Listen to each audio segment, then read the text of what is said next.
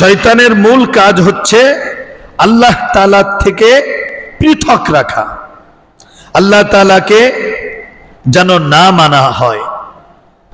আল্লাহ রাব্বুল আলামিন কোরআনে এক জায়গা নয় বারবার এই বিষয়টা বলেছেন, ওয়ার্নিং দিয়েছেন, সতর্কবাণী দিয়েছেন। এ বনি আদম, আল্লাহ রাব্বুল আলামিন বলেন লা তাত্তাবিউ খুতুওয়াতিশ শাইতান ইন্নাহু লাকুম আদুউম মুবিন। লা তাত্তাবিউ, তোমরা অনুসরণ করো না, খুতুওয়াতিশ শাইতান, শয়তানের পদাঙ্ককে, শয়তানের বাতলানো পথকে অনুসরণ করিও না। শয়তান তোমাদের চিরন্তন দুশমন, সে তোমাদেরকে ইন্নাহু লাকুম আদুউম মুবিন, আল্লাহ তাআলা বলতেছেন শয়তান তোমাদের প্রকাশ্য দুশমন, সরাসরি ডাইরেক্ট ইনডাইরেক্ট তোমাদেরকে ওয়াসওয়াসা দিবে, ক্ষতিগ্রস্ত করবে। কিন্তু আমরা তো সেটা চিন্তা করি না, দেউলিয়া হয়ে যায়। দেউলিয়া এটা এমন একটা জিনিস, একটা রোগ, আবেগভূত হয়ে যায়, বা অনেক সময় দেখা যায় বিচার বিশ্লেষণ না করেই একটা সিদ্ধান্ত নিয়ে ফেলে, আর এই সিদ্ধান্তের মধ্যে শয়তানের ওয়াসওয়াসা থাকার কারণে ওই আল্লাহর বান্দা বা বান্দি গুমরাহী হয়ে যাইতেছে। এর জন্য আল্লাহ তাআলার হুকুম মানার ক্ষেত্রে সবসময় একটা জিনিস খেয়াল রাখতে হবে, সেটা হচ্ছে আমার রব, তাকে রাজি সন্তুষ্ট করার জন্য আমার একমাত্র তারই দিকে ধাবিত হতে হবে, শয়তানকে পরাজিত করতে হবে। আমরা কি করি? শয়তানকে সাথে নিয়ে চলি।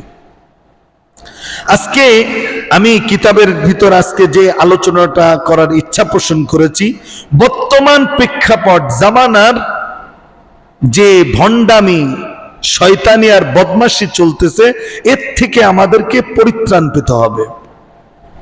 কেমন?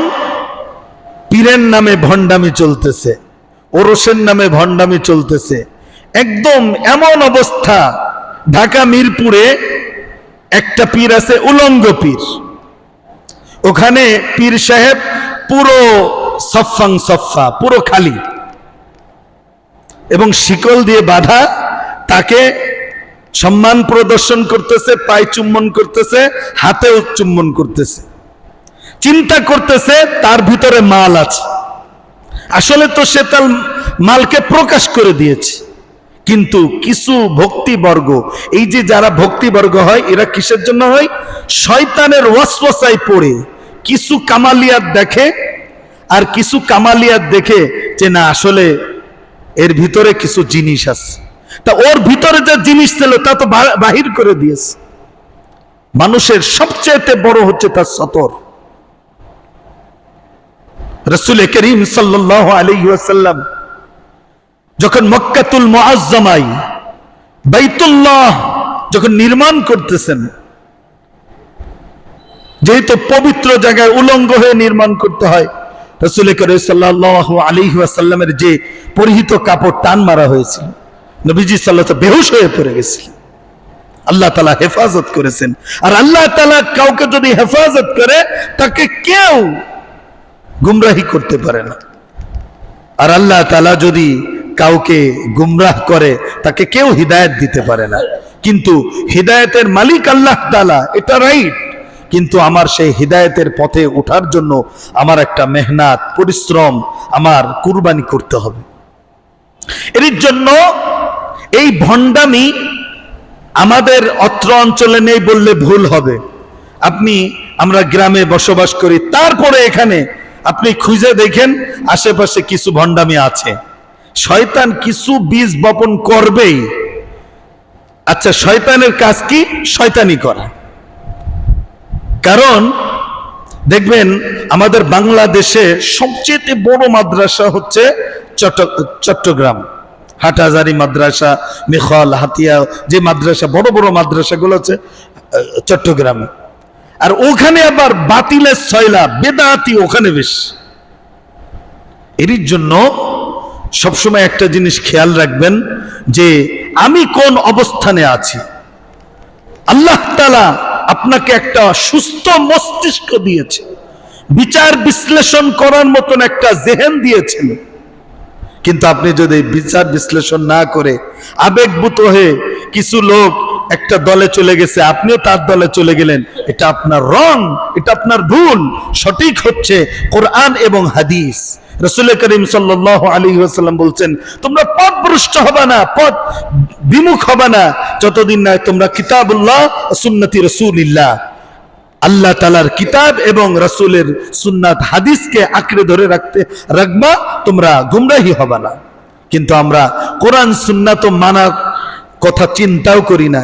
এবার আসেন, আমাদের এই দেশ ওলি আউলিয়ার দেশ, শাহ জালাল, শাহ পরান, শাহ মাকদুমের দেশ।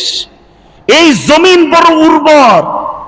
এই উর্বর স্থানে যখন এই আউলিয়া ইকরামরা চলে গেলেন, এরপর আস্তে আস্তে শয়তানি শুরু হয়েছে, ভণ্ডামি শুরু হয়েছে, ব্যবসা শুরু হয়েছে, ধর্মের নামে ব্যবসা শুরু হয়েছে। বড় দুঃখ আর পরিতাপের সাথে বলতে হয়, কত রকম অবস্থা। এই যে আমাদের সাতক্ষীরা নলতা আহসানুল্লাহ সাহেব একজন অনেক বড় একজন সাধক ছিলেন এবং ভালো মানুষ ছিলেন। ওই নলতা, আমি যখন সাতক্ষীরা চাকরি করছি, আমি গিয়েছি সেখানে। ওখানের লোকদের কাছে শুধু, এখানে যখন ওরস হয় তখন ওই আহসানুল্লাহ সাহেবের যে রওজা, সেখানে ওই বিছানো হয়, চাদর বিছানো হয়, এরকম 500 চাদর।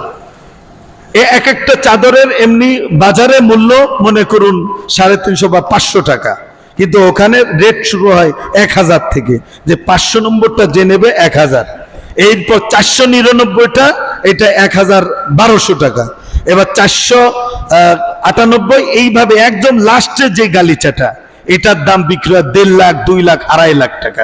কারণ পীর সাহেবের সংস্পর্শ পাইছি। যাই হোক, এই টাকাগুলো কোথায় যায় তা আমি জানি না, কিন্তু আসলে সঠিক স্থানে যায় না।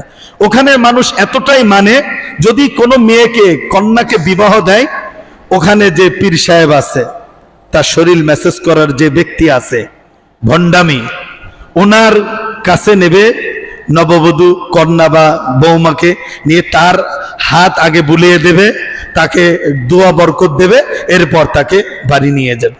এই ভণ্ডামির কোন স্থান শরিয়াতে বা কোরআন হাদিসে নাই। এইগুলা শুধু তো এই না, এবার যদি আপনি জানেন আটরশি, দেওয়ানবাগি, রাজারবাগি, কত রকম বাগি, কত বাতিল, এর কোনো শেষ নাই। এখন কথা হচ্ছে যে তাহলে হক কি? আহলে সুন্নাত ওয়াল জামাত, আমি কিভাবে হকের উপর চলতে পারবো? এর জন্য আপনাকে কোরআন হাদিস যদি নাও পড়তে পারি, কোরআন হাদিস যারা পড়েছে বা যারা পড়ে, তাদের শরণাপন্ন হতে হবে। আপনি নিজেই চিন্তা করলে হবে না। আপনি বলতে পারছেন ৮৮ হাজার না, প্রায় লাখো মুরিদ আছে সেখানে, তারা কি বাতিল? আমি এটা বলবো না। কোরআন সুন্নাহ মাফিক যদি তারা থাকে, তারা হক।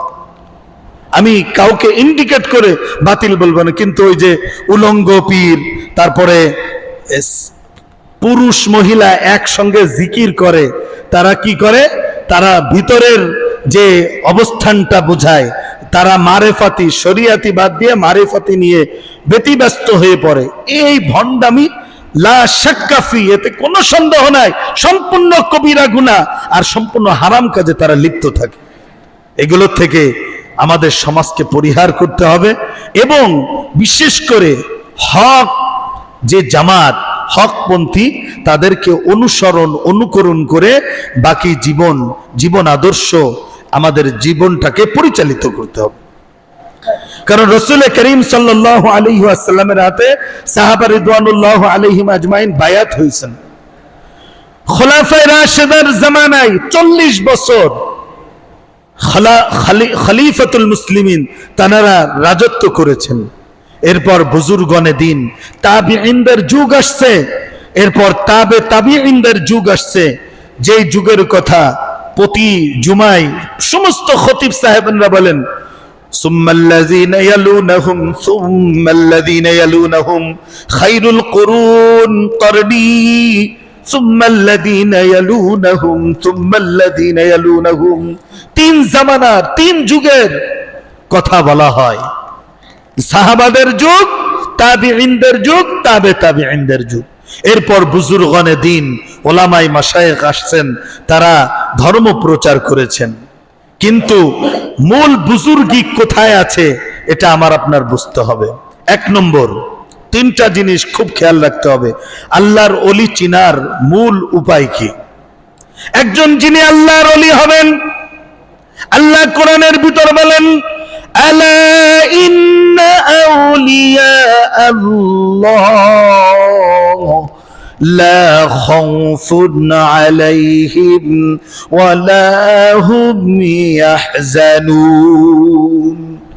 আলা সাবধান, তোমরা জেনে রাখো, যারা আমার বন্ধু হবে, যারা আমি আল্লাহকে মাননেওয়ালা হবে, আমার ওই বন্ধুদেরকে লা খাউফুন আলাইহিম, তাদের কোনো ভয়ও থাকবে না, ওয়ালা হুম ইয়াহজানুন, কোনো চিন্তাও থাকবে না। এই ওলিদের চিনতে হবে এবং তাদের পদাঙ্ক অনুসরণ করতে হবে।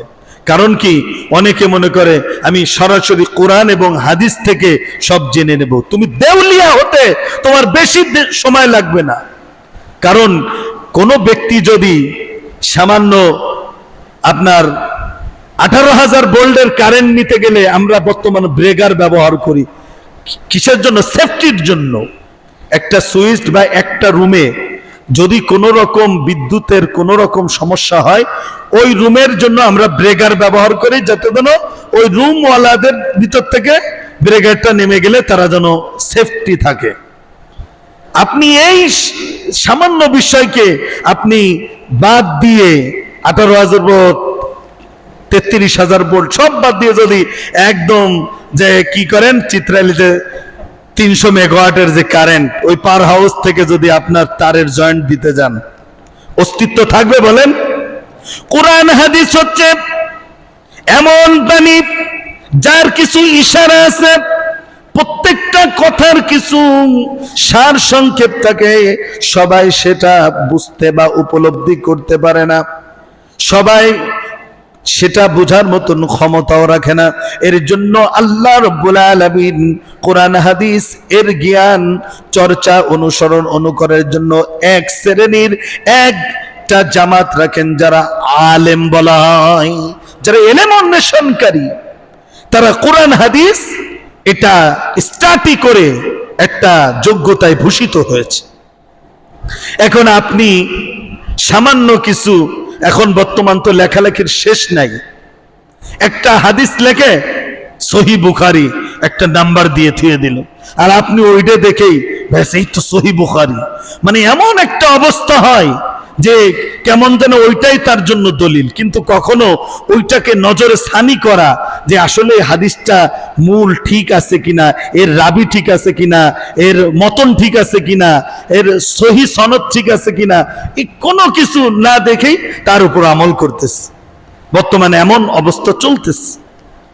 শুধু তাই না, একটা জিনিস হচ্ছে, একটা হাদিসের উপর আমল করতে গেলে সেটা আগে আত্মবিশ্বাস থাকতে হবে, না এই হাদিসের উপর আমল করা যাইতে পারে। কিন্তু আপনি একটা হাদিসের উপর আমল করলেন কোন রকম চিন্তা ভাবনা ছাড়াই, আপনি তার উপর পরে আমল করা শুরু করলেন, এটা দোষণীয় হবে। আগে ওলামা একরামের কাছ থেকে জানতে হবে যে হাদিসটা সহি আছে কিনা।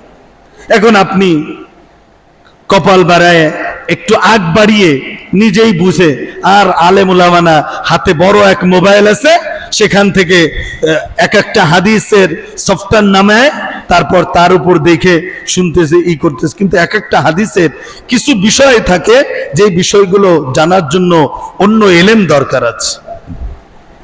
এর জন্য সম্মানিত উপস্থিতি, আমরা উলামা একরামের থেকে কোনো অবস্থাতে যেন পৃথক না হয়ে যায়। আয়াম্মাই মাসাজিদ, প্রত্যেকটা মসজিদের এক একজন ইমাম, আল ইমামু দামিনুন, একজন ইমাম পথ প্রদর্শক, একজন ইমাম রাহাবার, তাদের শরণাপন্ন হয়ে তাদের আমার ব্যথায় তাদেরকে ব্যথিত করে যত যেন আমরা সুন্দরভাবে কোরআন সুন্নাহ মাফিক আমাদের জীবনটাকে গড়তে পারি, এইরকম একটা বিষয় নিয়ে আমাদেরকে চলতে হবে। সম্মানিত উপস্থিতি, এর জন্য একজন আল্লাহর ওলিকে চেনার জন্য তিনটা জিনিস খুবই লক্ষণীয়। এক নম্বর, একজন আল্লাহর ওলি হতে গেলে সর্বপ্রথম যেই গুণ থাকতে হবে, ঈমান এবং আকীদাগতভাবে তার সম্পূর্ণ নির্ভেজাল থাকতে হবে। এটা সবার জন্য, আকীদা ঈমান এটা ঠিক রাখতে হবে। আমানতু বিল্লাহি ওয়া মালাইকাতিহি ওয়া কুতুবিহি ওয়া রুসুলিহি ওয়াল ইয়াউমিল আখির কদরি খাইরিহি ওয়া শাররিহি বিনাল্লাহি তাআলা ওয়াল বাসি বাদাল মাউত। এই ঈমানের শাখাগুলা এগুলো জানতে হবে, বুঝতে হবে, মানতে হবে। তাকদীরের যে বিচার বিশ্লেষণ, এটার উপর আমরা সঁপে দিই না। আমাদের অনেক উলামা একরামেরই তাকদীরের প্রতি এটা তো হবে, কিন্তু নিজের থেকে দুর্বল হয়ে পড়তেছে। আরে আমার হিম্মত, আমি প্রায় বলে থাকি আল হিম্মাতু ইসমে আজম, ইসমে আজমটাই হচ্ছে হিম্মত। যখন মানুষ আল্লাহকে পাওয়ার জন্য বা কোরআন হাদিসের কোনো বিষয়কে মানার ক্ষেত্রে হিম্মত পোষণ করে, আল্লাহ তাআলা তার জন্য সহজ করে দেয়। কিন্তু আমি তো নিজেই নার্ভাস, কিভাবে আল্লাহর হুকুমকে মানবো সেই ব্যাপারে বড় উদাসীন। এর জন্য প্রথম হচ্ছে আকীদাগত বিষয়গুলো ঠিক রাখতে হবে, ঈমান আকীদা। এরপর সমস্ত রকম গুনাহ থেকে বর্জন থাকতে হবে। আল্লাহর ওলি হওয়া তো সহজ না রে ভাই। গুনাহ সগীরা, গুনাহ কবিরা, এক সমস্ত রকম হারাম নাজায়েজ সমস্ত কার্যকলাপ থেকে নিজেকে মাহফুজ রাখতে হবে, নিজেকে সংযত রাখতে হবে। আর কোরআন সুন্নাহ মাফিক এমনকি একটা মুবাহ, একটা মুস্তাহাব, একটা সুন্নাতে মুআক্কাদা, গায়রে মুআক্কাদা, ওয়াজিবাত, ফরজিয়াত একটাও ছাড়া যাবে না। এটা হচ্ছে বুজুর্গি, এটা হচ্ছে আল্লাহর ওলির সিফাত। আজকে দেখুন এই অবস্থা কেমন আছে। আজকে আমরা দেখতেছি জাদু টুনা, আস-সিহরু হক, এই জাদু এটা কিন্তু সত্য, এটা মিথ্যা না। অনেকে দেখবেন নামাজ নেই, কালাম নাই, এই এত বড় বাবরি চুল রাখছে ব্যবসার জন্য, আবার চুলে জটও পড়ে গেছে, চোখ বুঝে এমন এমন কিছু কাশফ দেখাইতেছে, মনে করতেছে এর ভিতরে কিছু জিনিস আছে। শয়তানি জিনিসও তো আছে, শয়তান আসর করে। হাকিমুল উম্মাহ মুজাদ্দিদে মিল্লাত আশরাফ আলী থানভী রাহমাতুল্লাহ আলাইহি আজকে একটা ঘটনা দেখতেছিলাম যে একটা মানুষকে বিতাড়িত করার জন্য সবচেয়ে বড় মন্ত্র হচ্ছে মহিলা মা বোনদেরকে রাস্তায় নামিয়ে দেওয়া। এই জায়গায় কোনো বুজুর্গি খাটে না, সমস্ত বুজুর্গি ওইখানে শেষ হয়ে যায়। এর জন্য আগে দেখতে হবে হচ্ছে ঈমান, আমল, আকীদা, গুনাহ থেকে বেঁচে চলা এবং আল্লাহ তাআলার হুকুম পরিপূর্ণভাবে মানা। এটা হচ্ছে একজন আল্লাহর ওলির মূল সিফাত। আমার ভাইরা, মুজাদ্দিদ আল-ফিসানি রাহমাতুল্লাহি আলাইহি ভারতবর্ষের একজন বড় বুজুর্গ ছিল। এমন বড় বুজুর্গ যিনি ধর্মের সংস্কারক ছিল। মুজাদ্দিদ আল-ফিসানি যিনি ধর্মের সংস্কার, এমন এত বড় বুজুর্গ যার কথা কিতাবের ভিতরে একবার আসে নাই, বারবার এসেছে। এমন বড় এক আল্লাহর ওলি, তার সোহবাতে এক আরেকটা ছোট আল্লাহর ওলি, যিনিও কিছু কারামতি জানেন। কারণ দেখবেন বড় একজন উস্তাদ, যে কোনো টেকনিশিয়াল হোক বা একজন রাজমিস্ত্রি বলেন, যে কোনো লাইনের, উনি যখন কাজ করতে করতে ওনার যে কর্মচারী বা ওনার যে হেল্পার থাকে, ও কিন্তু মাঝে মাঝে ইটও গাতে, বা একটা মোবাইলের যে টেকনিশিয়ান যে যখন তার আন্ডারে 6-7 জন কাজ করে, তখন প্রথম কি করে, মোবাইলটা বলে এই একজন হেল্পারে, এই তুমি নাটগুলো খোলা শেখো, কিভাবে নাটগুলো খুলতে হয়, এদিকে খেয়াল করো, কিভাবে নাটগুলো খুলতে হয় এইটা শিখায়। আর একজনকে বলে তুমি ডিসপ্লেটা খোলো, কিন্তু মূল কাজটা কিন্তু মেন টেকনিশিয়াল উনি করেন। এইভাবে আস্তে আস্তে শিখে। তো ওই মুজাদ্দিদ আল ফেসানি রহমাতুল্লাহি আলাইহি উনি এত বড় বুজুর্গ ছিল যে উনার কাছে আরেকজন বুজুর্গ উনার সোহবতে কিছু সংশোধনের জন্য আল্লাহওয়ালা ব্যক্তির কাছে গিয়েছেন। একটা দুইটা দিন না, কিতাবের ভিতর লেখে টানা 10টা বছর উনার কাছে ছিলেন, কিন্তু উনি 10 বছরের ভিতর কোনো কারামতি দেখেন নাই।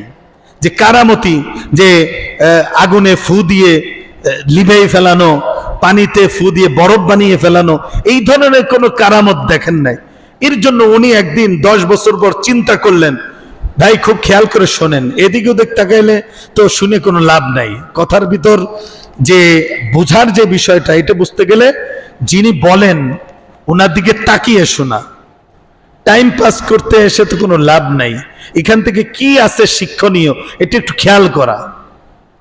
তো মুজাদ্দিদ আল ফেসানি রহমতুল্লাহ আলাইহির দরবারে ওই বুজুর্গ দীর্ঘ একটা দুইটা দিন না 10টা বছর থেকে সিদ্ধান্ত নিলেন আমি আগামীকালকে চলে যাব, কারণ তার ভিতর কোনো কারামত বহিঃপ্রকাশ হয় নাই। আল্লাহ রাব্বুল আলামিন মুজাদ্দিদ আল ফেসানি রহমাতুল্লাহি আলাইহিকে ইলহামের মাধ্যমে জানিয়ে দিলেন যেটা তার মুরিদ তার ব্যাপারে মন্তব্য করেছেন। ফজরের পর ওই মুরিদকে ডাক দিলেন যে তুমি কি মন্তব্য করেছো। বুঝতে পেরেছে যে আমার পীর সাহেব তো টের পেয়ে গেছে, বলতেছে হুজুর বেয়াদবি মাফ করবেন, দীর্ঘ একটা দুইটা দিন না 10টা বছর আপনার সংস্পর্শে সোহবতে সময় কাটিয়ে দিলাম, কিন্তু আপনার কোনো কারামত দেখলাম না, এর জন্য আমি আর আপনার কাছে থাকতে চাচ্ছি না। বুঝো, আচ্ছা তাই, তো তুমি কি কারামতি জানো? এবার ওনার শাগরেদ বলতেছে হুজুর আমি এখানে চোখ বুজে যে কোনো কবরের ভিতর প্রবেশ করে ওই কবরের কি অবস্থা হইতেছে ওই মুর্দার এই বিষয়টা আমি বলতে পারি। বলছে এটা তো ভালোই কারামত, আর তুমি কারামতের কথা বলো, আর আমি এখানে বসে এই অত্র অঞ্চলে যত কবরবাসী আছে সব রূহকে আমি ডেকে তাদের সাথে কথা বলতে পারি। কিন্তু এই কারামতি দেখানো এটা কোনো বুজুর্গি না, এটা কোনো কামালিয়াত না। কিন্তু তুমি আমাকে একটা প্রশ্নের জবাব দাও, আমার সংস্পর্শে যে তুমি 10টা বছর থাকলা, আমার ভিতর থেকে একটা মুবাহ, একটা মুস্তাহাব, একটা গাইরে মুআক্কাদা, সুন্নাতে মুআক্কাদা, ওয়াজিবাত, ফরজিয়াত তো বলাই লাগে না, কোনো একটা আমল কি ছুটতে দেখছো? বলছে হুজুর না, আমি তো আপনার কোনো আমল ছুটতে দেখিনি।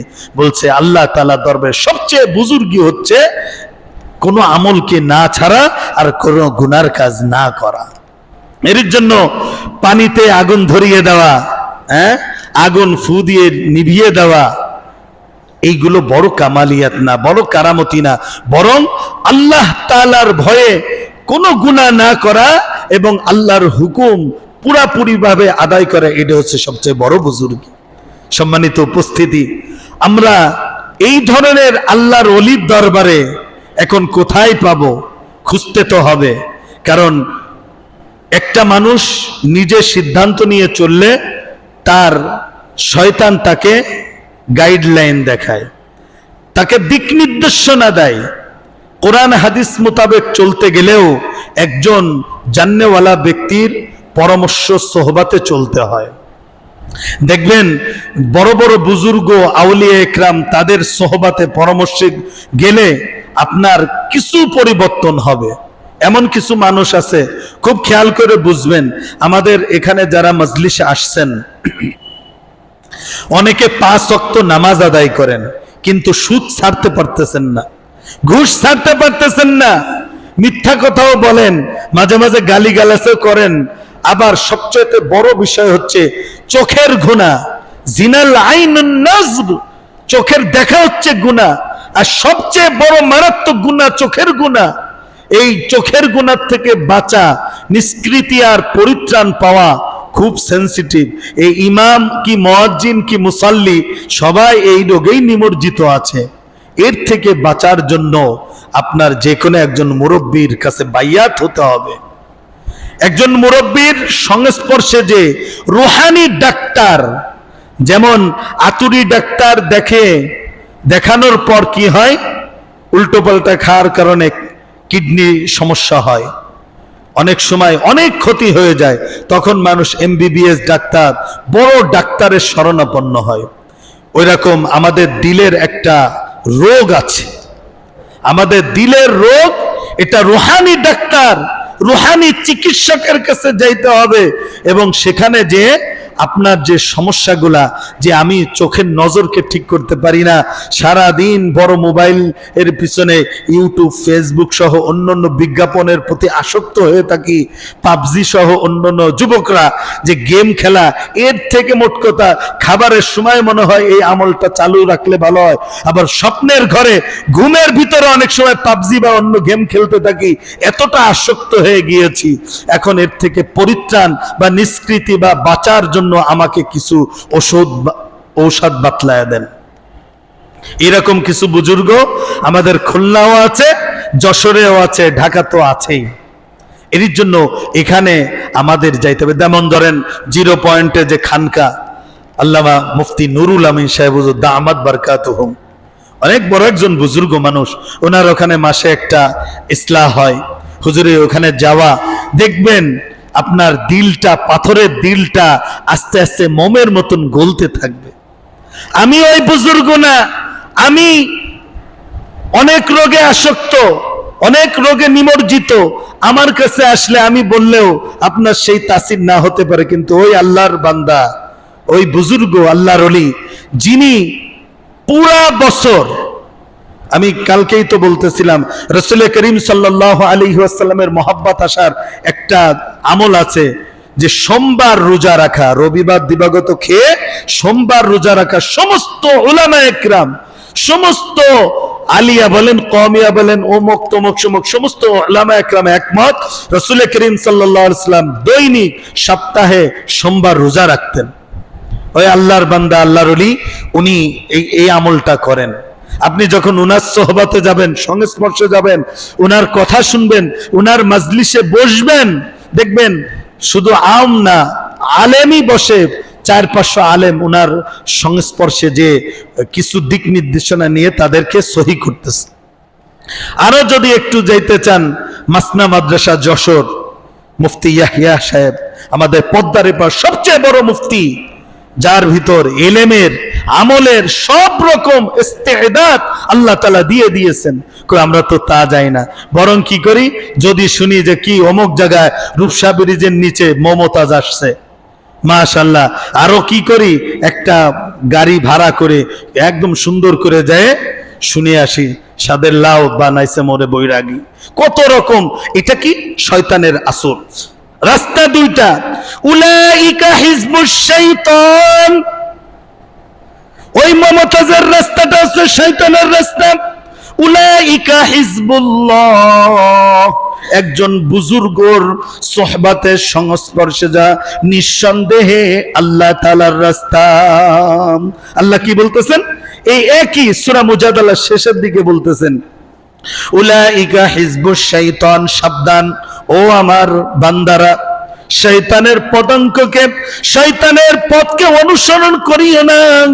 যদি করো, আলা ইন্না হিজবাশ শাইতানি হুমুল খাসিরুন, যদি তোমরা করো তাহলে তোমরা বড় ক্ষতিগ্রস্ত হয়ে যাবা, পথভ্রষ্ট হয়ে যাবা, পথ বিমুখ, অর্থাৎ পথভ্রষ্ট হয়ে যেতে হবে তোমাদের। আরেকটা রাস্তা আছে, উলাইকা হিজবুল্লাহ, আরেকটা রাস্তা হচ্ছে আল্লাহর রাস্তা। যে রাস্তাটা হচ্ছে আলা ইন্না হিজবাল্লাহ হুমুল মুফলিহুন, যে রাস্তাটা হচ্ছে সফলকাম, কামিয়াবির রাস্তা, জান্নাতের রাস্তা, আল্লাহ তাআলার দরবারে পরিত্রাণের রাস্তা। এখন বলেন, আমি যদি এখানে সামান্য বিবেকবান ব্যক্তিকে বলি, ভাই তুমি জান্নাতে যেতে চাও না জাহান্নামে যেতে চাও, এমন কেউ নাই, পাগল থাকলে বলবে জাহান্নামে যেতে চাই, তাছাড়া সবাই বলবে হুজুর আমরা সবাই জান্নাতে যেতে চাই। কথা ঠিক না ঠিক ভাই? সবাই জান্নাতে যেতে চায়। এবার জান্নাতের কি কাজ করা লাগবে, না না করেই জান্নাতে যাওয়া যাবে? কিছু তো করা লাগবে, কিছু মাধ্যম। অনেকে মনে করে, দেখেন শিক্ষিত সমাজ, শয়তানি সমাজ কি করে জানেন? নিজে আকাম কুকাম যত আছে সব করে, ইয়াবা ফিনসিডিল সহ মাঝে মাঝে অন্য গাঞ্জা মাঞ্জা এগুলো খায় গোপনে বা ওপেনে, আবার স্মোক বাদ দেয় না, কাজা থাকলে সেটাও পরের দিন আদায় করে। বোঝেন কাজা? বোঝেন? প্রত্যেক দিন দৈনিক আল্লাহর বান্দা 15টা খায়, কিন্তু একদিন 13টা খেয়ে ফেলছে, পরের দিন 17টা দিয়ে ওই কাজা 2টা আদায় করে ফিলাপ করে নেয়। এরকম বুজুর্গ, শয়তান মার্কা বুজুর্গ আছে না সমাজের ভিতর? আছে, খাইতেছে, আসক্ত হয়ে পড়েছে। কিন্তু এর থেকে নির্মূল আর পরিত্রাণ আর নিষ্কৃতের জন্য এই মহলের ভিতর পারবেন না। ওই যে বুজুর্গদের নাম বললাম, এরকম আরো অনেক বুজুর্গ আছে, তাদের কাছে যে আপনার রোগ বলতে হবে, আমি তো প্যারালাইজড হয়ে গেছি, আমার রুহের প্যারালাইজড হয়ে গেছে। কারণ আমাদের যেমন বাহ্যিক একটা শরীর, হাত আছে, পা আছে, আমাদের রুহেরও এরকম একটা অবস্থান আছে। সেটাকে আপনি নিস্তব্ধ বানিয়ে ফেলেছেন, আবরণ পড়ে গেছে, আচ্ছাদন পড়ে গেছে। আমলাম তুনজিরহুম লা ইউমিনুন। আমি থুকরার ইমাম সাহেব যা বলতেছে, ভাই আর গুনাহ কাজ করো না, চলো মসজিদে আসো, হুজুর জাবানি। এই জাবানি কয়ে 1 মাস। আরে ভাই আপনারে বললাম যাইতে, আপনি তো যান না। হুজুর সময় পাই না, I am very very busy. এত বিজি? তা হুজুর ঠিক আছে, আপনি যখন বললেন জাবানি, আর গেল 2 মাস। এইভাবে দেখতে দেখতে একটা মানুষ বড় হচ্ছে না, ছোট হইতেছে। আমরা দেখি একটা মানুষ বড় হইতেছে, কিন্তু আসলে ভাই মানুষ বড় হয় না, বরং তার হায়াতের জিন্দেগিতে যদি 40 বছর বাঁচে, এক একটা দিন কমে যাইতেছে, সে মৌতের দিকে চলে যাইতেছে। এর জন্য মুহতারাম হাজিরিন, আমাদের আল্লাহর ওলিদের দরবার, এটা বুঝতে হবে, জানতে হবে।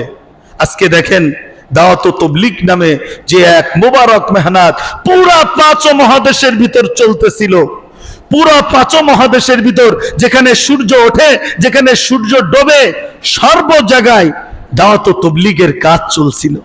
আপনারা জানেন যে এই কাজের ভিতর একটা ফিরকা ঢুকে গেছে, 2টা দল হয়ে গেছে। এটাও কিন্তু শেষ জামানার আলামত। আজকে এইটাও বুঝতে হবে, এই ব্যাপারে এখন কথা বলার সময় নাই, একদিন সুযোগ হইলে এটাও আমি বলে দেব। এখন যেই দিনটা চলে গিয়েছে, অতিবাহিত হয়ে গেছে, ভালো গেছে, সামনের দিনটা বেশি ভালো আসতেছে না। এর ভিতর দিয়ে আমার ঈমান, আমার আমল সংশোধন, পরিবর্তন, পরিবর্ধন করতে গেলে আমার কি করণীয়? আমার কবরে আমার সন্তানকে নামানো হবে না, যদিও সন্তান কিছু সময় আমার কবরে রাখার জন্য কিছু সময় অবস্থান করবে, কিন্তু আমার কবরে তো আমারই থাকতে হবে। আমার ঈমান, আমার আমল, আল্লাহ তাআলা কিন্তু ঈমান আর আমলের মুআমালা করবে। সেখানে যদি উত্তীর্ণ হতে পারি, জান্নাতের ফয়সালা হবে, আর যদি উত্তীর্ণ হয়ে যায়, যদি সেখানে যদি আমি পাশ না করতে পারি, জাহান্নামের ফয়সালা হয়ে যাবে। একবার যদি জাহান্নামের ফয়সালা হয়ে যায়, তার চেয়ে বিপদগামী আর কেউ হতে পারে না।